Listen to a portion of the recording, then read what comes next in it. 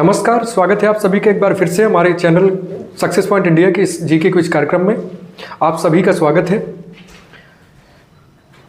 और प्रश्नों की जो एक सीरीज लेकर के हम चल रहे थे 10 क्वेश्चंस की, जिसमें 8 क्वेश्चंस आपके प्रीवियस ईयर क्वेश्चंस पर जो आधारित है एमसीक्यूज और 2 क्वेश्चन आपके करंट अफेयर के। इस सीरीज को आगे बढ़ाते हुए आज की क्लास जो कि आपके लिए एक इंपॉर्टेंट साबित हो सकती है, इस क्लास को प्रारंभ करते हैं बिना किसी देरी और बिना किसी विलंब के। प्यारे अभ्यर्थियों, क्या आप सभी तैयार हैं? इस क्लास को आप सभी लोग जो है एक बार इसमें बताइएगा मुझे कि आप सभी लोग रेडी हो।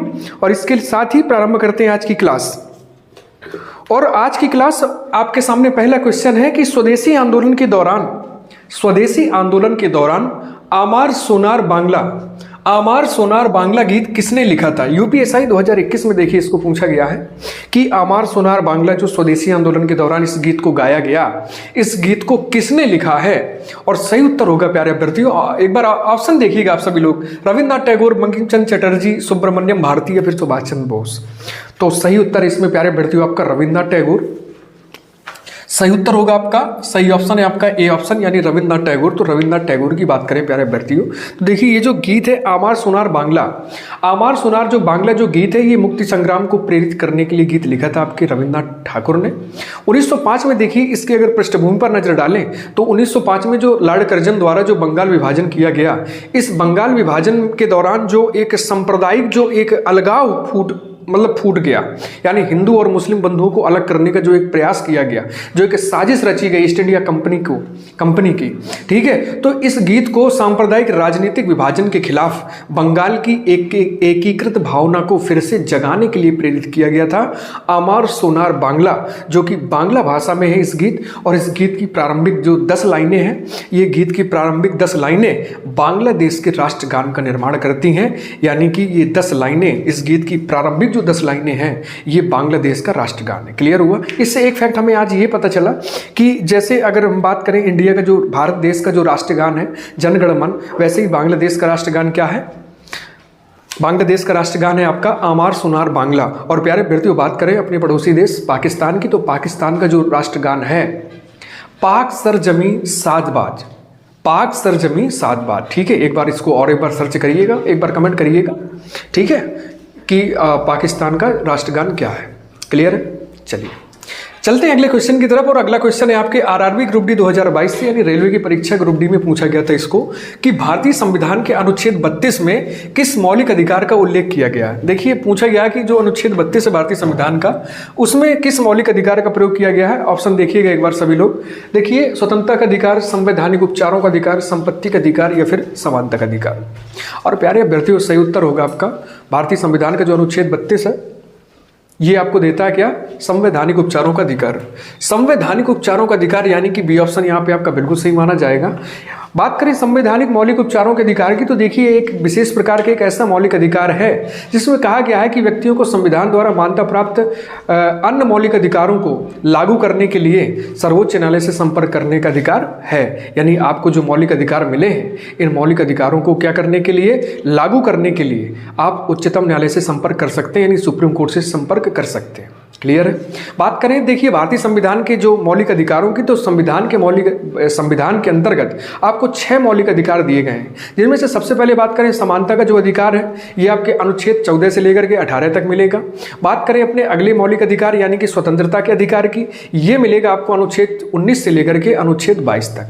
बात करें अगले अधिकार यानी शोषण के विरुद्ध अधिकार की, तो शोषण के विरुद्ध जो अधिकार है मिलेगा आपको अनुच्छेद 23 से लेकर के अनुच्छेद 24 तक।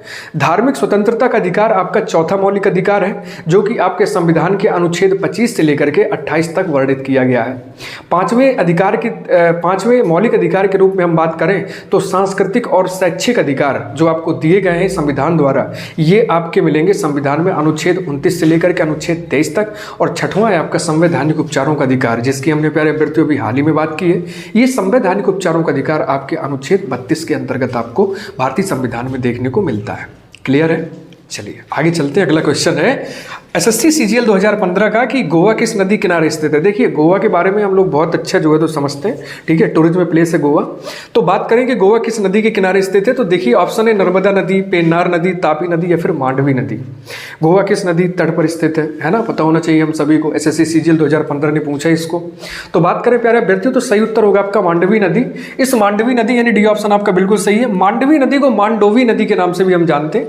गोवा जो है ना तो मांडोवी नदी के किनारे स्थित है। इसे मांडवी या मांडोवी या फिर महादयी इन नदियों के नाम से इन्हें जाना जाता है। और गोवा की बात करें तो देखिए मांडवी और जुआरी दो नदियां गोवा की प्राथमिक नदियां, क्लियर है, जो पश्चिमी घाट से लेकर के अरब सागर में बहती हैं, यानी पश्चिमी घाट से निकलती हैं और अरब सागर में बहती हैं ये, क्लियर है। तो गोवा किस नदी किनारे स्थित है, मांडवी नदी के किनारे स्थित है। क्लियर हुआ, यहाँ तक क्लियर है आप सभी को। चलिए अगले क्वेश्चन की तरफ चलें। और अगला क्वेश्चन है आपके देखिए पेट एग्जामिनेशन यूपी SSC पेट 2022 में कि एक व्यक्ति जो संसद का सदस्य नहीं है, देखिए सबसे पहले तो क्वेश्चन समझिए, एक व्यक्ति जो संसद का सदस्य नहीं है उसे राष्ट्रपति द्वारा अधिकतम कितने महीनों के लिए मंत्री के रूप में नियुक्त किया जा सकता है। एक व्यक्ति है मतलब जिसके पास संसद की सदस्यता नहीं है, लेकिन फिर भी राष्ट्रपति उसको क्या करता है कि एक मंत्री या प्रधानमंत्री के पद पर उसको क्या करता है, नियुक्त कर देता है। कम से कम कितने समय, यानी क्या पूछा गया है कि अधिकतम कितने समय के लिए उसे मंत्री के रूप में नियुक्त किया जा सकता है। ये पूछा यूपी SSC पेट 2022 ने। 3 माह, 6 माह, 9 माह या 12 माह, ठीक है, इतना क्लियर होगा, इतना क्लियर हुआ। अब देखिए बात करते हैं कि ऐसा मतलब कि ऐसा व्यक्ति जो राष्ट्रपति द्वारा नियुक्त किया गया है एक मंत्री और प्रधानमंत्री के रूप में, लेकिन उसके पास संसद की सदस्यता नहीं है। तो प्यारे अभ्यर्थी देखिए एक व्यक्ति जो संसद के किसी सदन का सदस्य नहीं है और फिर भी उसे प्रधानमंत्री या मंत्री बना दिया जाता है, ठीक है, लेकिन शपथ ग्रहण के 6 माह के अंदर अंदर उसे किसी भी सदन की सदस्यता लेनी पड़ेगी, चाहे वो उच्च सदन की हो चाहे वो निम्न सदन की हो, यानी चाहे वो लोकसभा का सदस्य बने या फिर वो राज्यसभा का सदस्य बने, उसे 6 माह के अंदर अंदर दोनों में से किसी एक सदन की सदस्यता लेनी पड़ेगी। अगर वह 6 माह के अंदर अंदर सदस्यता लेने में नाकामयाब होता है, यानी कामयाब नहीं हो पाता है, तो फिर उसे मंत्री या प्रधानमंत्री के पद से उसे क्या कर दिया जाएगा, हटा दिया जाएगा।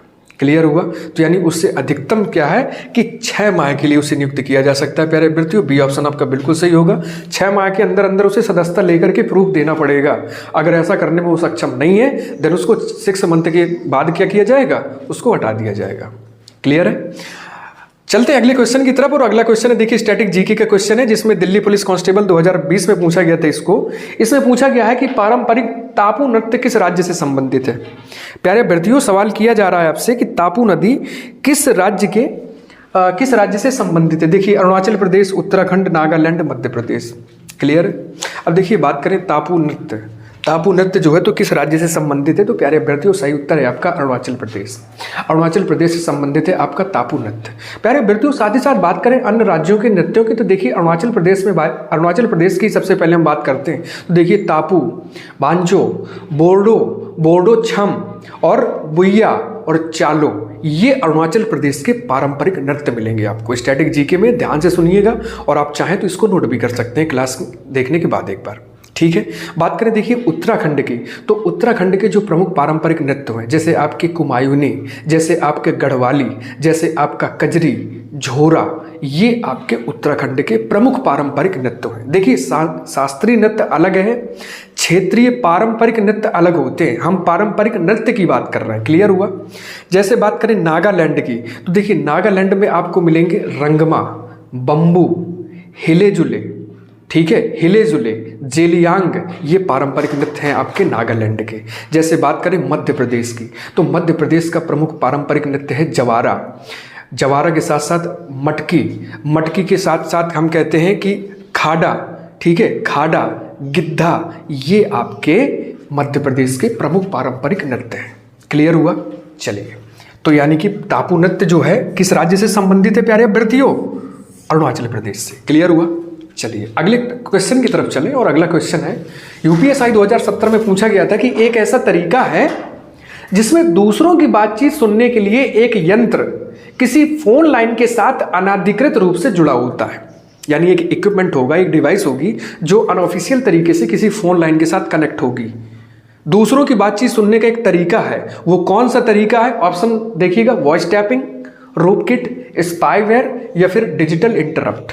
इन चारों में से कौन सा ऑप्शन आपका बिल्कुल सही है? और प्यारे अभ्यर्थियों, इसे पूछा गया है यूपीएसआई एग्जामिनेशन 2017 में, और सही उत्तर होगा प्यारे अभ्यर्थियों आपका ए ऑप्शन, यानी वॉइस टैपिंग।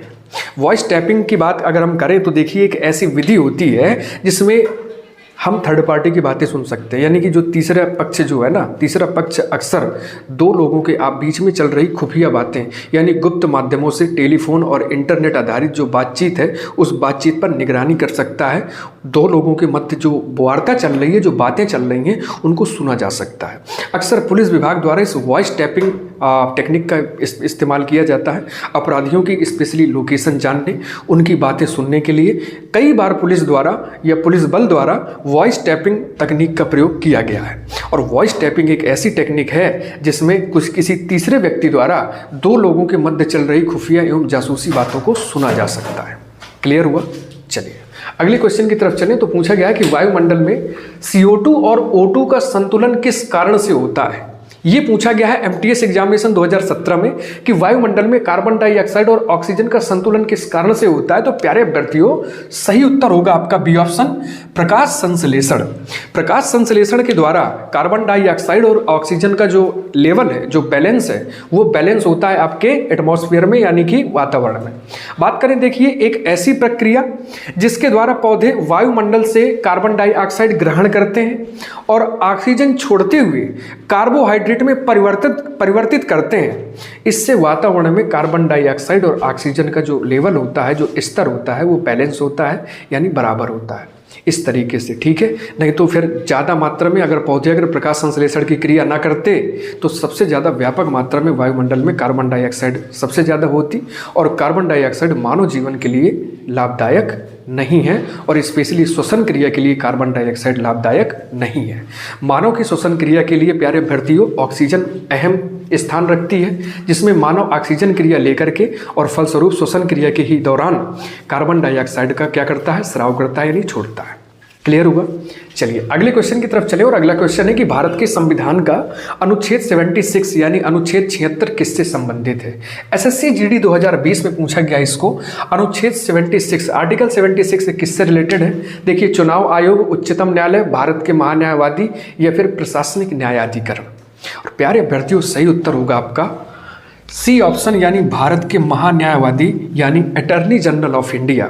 तो देखिए, भारतीय संविधान का अनुच्छेद जो 76 से अनुच्छेद 76 है, ये भारतीय संविधान के भाग 5 के तहत महान्यायवादी की स्थिति से संबंधित है। यानी ये अनुच्छेद 76 आपको बताएगा भारत की अटॉर्नी जनरल की सिचुएशन, यानी कंडीशन, यानी स्थिति। भारत का एक सर्वोच्च, अगर हम कानून अधिकारी की बात करें कि भारत का सबसे बड़ा सर्वोच्च कानून अधिकारी कौन होता है, तो वो आपका अटॉर्नी जनरल ऑफ इंडिया, यानी भारत के महान्यायवादी ही होते हैं। हम कहें भारत सरकार के वकील कौन होते हैं, तो भारत के महान्यायवादी ही होते हैं। क्लियर हुआ? हम कहें भारत सरकार का मुख्य रूप से कानूनी सलाहकार, यानी कि लीगल एडवाइजर कौन होता है, तो वो आपके भारत के महान्यायवादी ही होते हैं। क्लियर हुआ? जिनकी नियुक्ति राष्ट्रपति द्वारा की जाती है। महान्यायवादी की नियुक्ति किसके द्वारा की जाती है? राष्ट्रपति द्वारा की जाती है। प्यारे अभ्यर्थियों, वर्तमान में भारत के अटॉर्नी जनरल ऑफ इंडिया यानी भारत के महान्यायवादी कौन है? एक बार आप सभी लोग कमेंट करके बताइएगा कि वर्तमान में भारत के महान्यायवादी पद पर कौन है। क्लियर है? चलिए आप सभी लोग इसका कमेंट जरूर करिएगा, और तब तक चलते हैं अगले क्वेश्चन की तरफ। और अगला क्वेश्चन है हमारा करंट अफेयर का कि हाल ही में किस राज्य ने पिरूल लाओ पैसे पाओ अभियान प्रारंभ किया? देखिए कितना अच्छा सवाल है कि हाल ही में किस राज्य ने पिरूल लाओ पैसे पाओ अभियान प्रारंभ किया। प्यारे अभ्यर्थियों, बात करें पिरूल की ना, तो पिरूल होता है चीड़ का जो पेड़ होता है ना, चीड़ के पेड़ की पत्तियों को पिरूल कहा जाता है। तो देखिए सही उत्तर होगा प्यारे अभ्यर्थियों कभी ऑप्शन, यानी उत्तराखंड सरकार। देखिए, वनों में लगने वाली आग से निपटने के लिए या वनों में आग न लगने पाए, इसलिए अभी हाल ही में 8 मई को उत्तराखंड के आपके मुख्यमंत्री, उत्तराखंड सरकार के मुख्यमंत्री पुष्कर सिंह धामी द्वारा पिरूल लाओ पैसे पाओ अभियान प्रारंभ किया गया। प्यारे अभ्यर्थियों, बात करें इस अभियान की, तो इस अभियान में तय किया गया कि जो भी व्यक्ति सबसे ज़्यादा चीड़ की पत्ती लाएगा, वो पत्तियाँ 1 किलोग्राम पत्तियाँ 50 रुपये में सरकार उनको खरीदेगी, जिसका उद्देश्य वनों में लगने वाली आग को सुरक्षित रखना है। वनों में किसी तरह से आग न लगने पाए। इससे क्या होगा कि लोग जागरूक होंगे, पिरूल की पत्तियों का संरक्षण करेंगे ताकि उन्हें किसी भी कीमत में वो बेच सकें। क्लियर है? तो पिरूल लाओ पैसे पाओ अभियान किसने प्रारंभ किया? आपके उत्तराखंड सरकार में अभी हाल ही में 8 मई को पुष्कर सिंह धामी द्वारा प्रारंभ किया गया। क्लियर है? चलते हैं आज के आखिरी और अंतिम क्वेश्चंस की तरफ कि एजेंडा 2063 जो हाल ही में समाचारों में देखा गया किस संगठन से संबंधित है? एजेंडा 2063 किस संगठन से संबंधित है? देखिए, संयुक्त राष्ट्र, यूरोपीय संघ, विश्व बैंक या फिर अफ्रीकी संघ। और प्यारे अभ्यर्थियों, सही उत्तर है आपका डी ऑप्शन यानी अफ्रीकी संघ द्वारा हाल ही में एजेंडा 2063 को लागू किया गया। प्यारे अभ्यर्थियों, एक बार इसका स्क्रीनशॉट लीजिएगा। बात करें प्यारे अभ्यर्थियों एजेंडा 2063 की, तो देखिए 55 सदस्य देशों वाले अफ्रीकी संघ यानी AU ने अभी हाल ही में एजेंडा 2063 के माध्यम से एक एकीकृत, समृद्ध और शांतिपूर्ण अफ्रीका बनाने की एक मंगल कामना की है। हम कहें तो एजेंडा 2063 के अंतर्गत यह विभिन्न देशों के साथ युद्ध रोकने, शांतिपूर्ण वार्ता स्थापित करने और समाज में या अपने देश में शांति स्थापित करने के उद्देश्य से जिस मिशन या जिस अभियान का प्रारंभ का मतलब स्थापना की गई, जिस मिशन की, वो मिशन आपका कहलाया एजेंडा 2063। प्यारे अभ्यर्थियों, क्लियर हुआ? मिलते हैं आपसे कल फिर से बिल्कुल इसी समय। तब तक के लिए अपना ख्याल रखिएगा। नमस्कार, जय हिंद।